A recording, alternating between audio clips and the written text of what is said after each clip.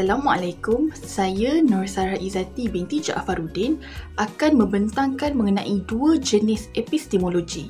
Namun, saya akan menyentuh dahulu mengenai maksud epistemologi.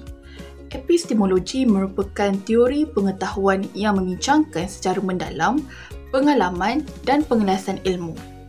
Terdapat pelbagai jenis epistemologi, tetapi saya akan kupas dua sahaja, iaitu epistemologi rasionalisme dan epistemologi skeptisisme. Pada bahagian ini, saya akan menerangkan mengenai epistemologi rasionalisme. Rasionalisme berasal daripada perkataan Latin, iaitu ratio, yang bermaksud sebab. Pemikiran ini menekankan mengenai akal fikiran sebagai kaedah mencari ilmu dan kebenaran. Salah satu perkara yang penting adalah mementingkan sebab yang munasabah dalam sesuatu keputusan. Ini pula merupakan beberapa tokoh yang terlibat dalam pendekatan ini.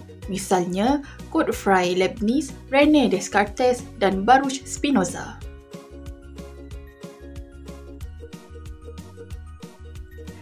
Ini merupakan ciri-ciri pemikiran rasionalisme, iaitu pertama, ia memerlukan kebenaran secara pembuktian logik akal fikiran tanpa menyentuh hal-hal agama. Yang kedua pula adalah kaedah yang digunakan berbentuk didaktif, analisis, induktif serta sintesis untuk mencari sesebuah kebenaran.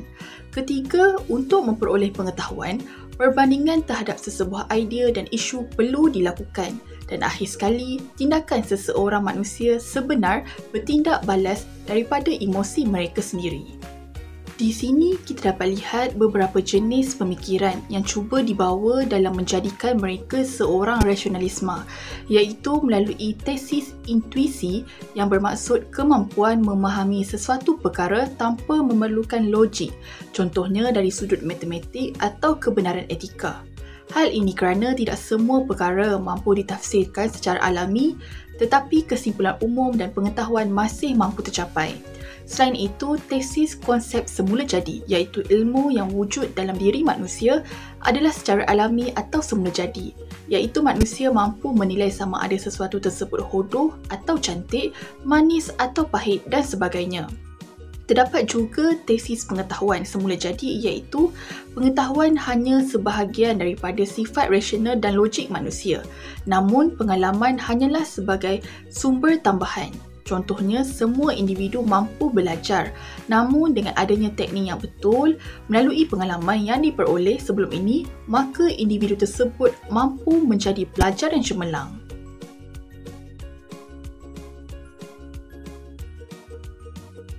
Seterusnya, saya beralih kepada contoh-contoh epistemologi rasionalisme. Seperti mana yang anda dapat lihat, yang pertama adalah memfokus kepada kepastian. Seperti Ali lebih berat daripada Kim, Kim lebih berat daripada Chen. Maka secara pastinya Ali lebih berat daripada Chen. Seterusnya adalah subjektivisme, iaitu setiap perkara yang wujud berbentuk subjektif. Manakala akhir sekali adalah rumus matematik, iaitu setiap sudut segitiga berukuran 180 darjah dan tidak mampu diubah. Akhir sekali, bagi bahagian ini, saya dapati bahawa epistemologi rasionalisme mempunyai kelebihannya yang tersendiri, iaitu ia mampu mendorong manusia melakukan keputusan secara rasional yang dapat diadaptasi dan bertindak menggunakan akal secara optimum. Namun, pendekatan ini juga mempunyai kelemahannya yang tersendiri, iaitu ia hanya mementingkan penerimaan secara logik dan mampu ditafsirkan oleh akal fikiran sahaja. Saya akan lanjutkan pembincangan mengenai skop epistemologi skeptisisme. Skeptisisme atau skeptoma yang berasal daripada bahasa Yunani bermaksud mempertimbangkan sesuatu perkara. Dapat ditafsirkan secara asasnya bahawa pemikiran ini menunjukkan sifat keraguan manusia terhadap sesuatu kebenaran dengan menganggap bahawa walaupun seseorang individu mempercayai sesuatu, namun perkara tersebut tidak semestinya benar. Pada bahagian ini, anda dapat lihat beberapa orang tokoh yang terlibat secara langsung dan tidak langsung dengan pendekatan ini. Misalnya, yang pertama adalah David Hume. Yang kedua, Michel de Montage. Dan yang ketiga adalah Pierre Bailly.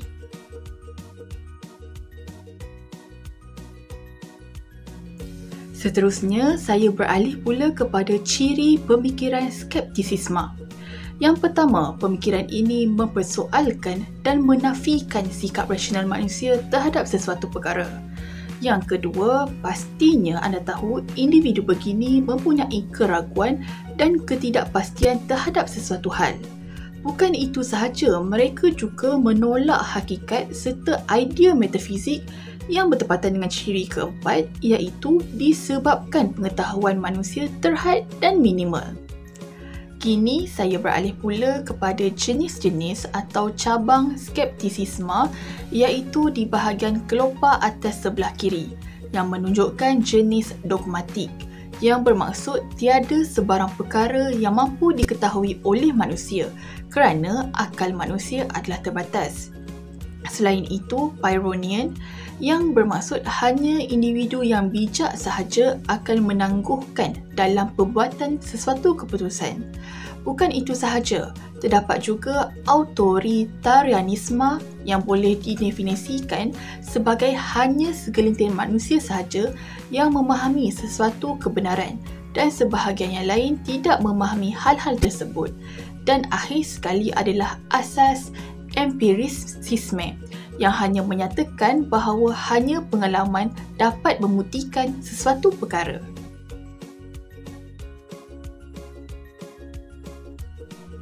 Pada bahagian ini, anda dapat lihat dua jenis contoh yang mampu dikaitkan dengan epistemologi skeptisisme, iaitu di sebelah kanan adalah mutlak. Misalnya, individu tidak mampu mengenali keadaan luar melainkan dirinya sendiri disebabkan pemikiran manusia dan panca indera adalah terbatas. Manakala di sebelah kanannya pula menunjukkan contoh relatif, iaitu individu tidak bebas mempercayai akal fikirannya kerana setiap perkara berbeza mengikut situasi, individu, pengalaman dan tempat. Saya mengenal pasti kelebihan dan kelemahan epistemologi skeptisisme, iaitu dari segi kelebihannya, ia mampu mengembangkan idea serta pemikiran yang kritis kepada individu, terutamanya dalam pekerjaan profesional. Manakala dari sudut kelemahannya pula, ia adalah kepelbagaian kontradiksi yang mampu mengelirukan manusia. Sebelum berakhir, saya mahu membincangkan dapatan bagi perbandingan antara rasionalisme dan juga skeptisisme. Iaitu menurut saya yang pertama adalah pandangan rasionalisme adalah keadaan yang hanya diterima secara asas rasional akal fikiran. Selain itu, menurut pemikiran ini juga, ilmu mampu diperoleh melalui beberapa kaedah yang telah saya terangkan sebentar tadi. Namun, ia menolak kewujudan dan campur tangan agama serta adat kerana menurut mereka agama dan adat tidak mampu dijana oleh akal. Namun, berlainan pula dengan skeptisisme yang menganggap bahawa akal tidak mampu mencapai sebuah kesimpulan yang tetap. Bukan itu sahaja, pendekatan ini juga meletakkan prasangka terhadap ilmu pengetahuan kerana menurut mereka bahawa semua perkara adalah subjektif. Bahkan juga timbul keraguan dan pelbagai persoalan untuk setiap hal. Kesimpulan yang saya mampu buat adalah epistemologi rasionalisme dan epistemologi skeptisisme penting kepada manusia, terutamanya dalam melakukan keputusan berdasarkan logik akal fikiran yang wujud hasil daripada pencantuman soalan-soalan yang telah timbul. Namun, jika berlebihan, ia mampu memberikan risiko, terutamanya melibatkan hal-hal metafizik disebabkan hal ini adalah perkara-perkara yang terbatas oleh panca indera namun wujud atas sebab-sebab tertentu yang hanya mampu dicapai melalui pendekatan sains dan juga agama sahaja.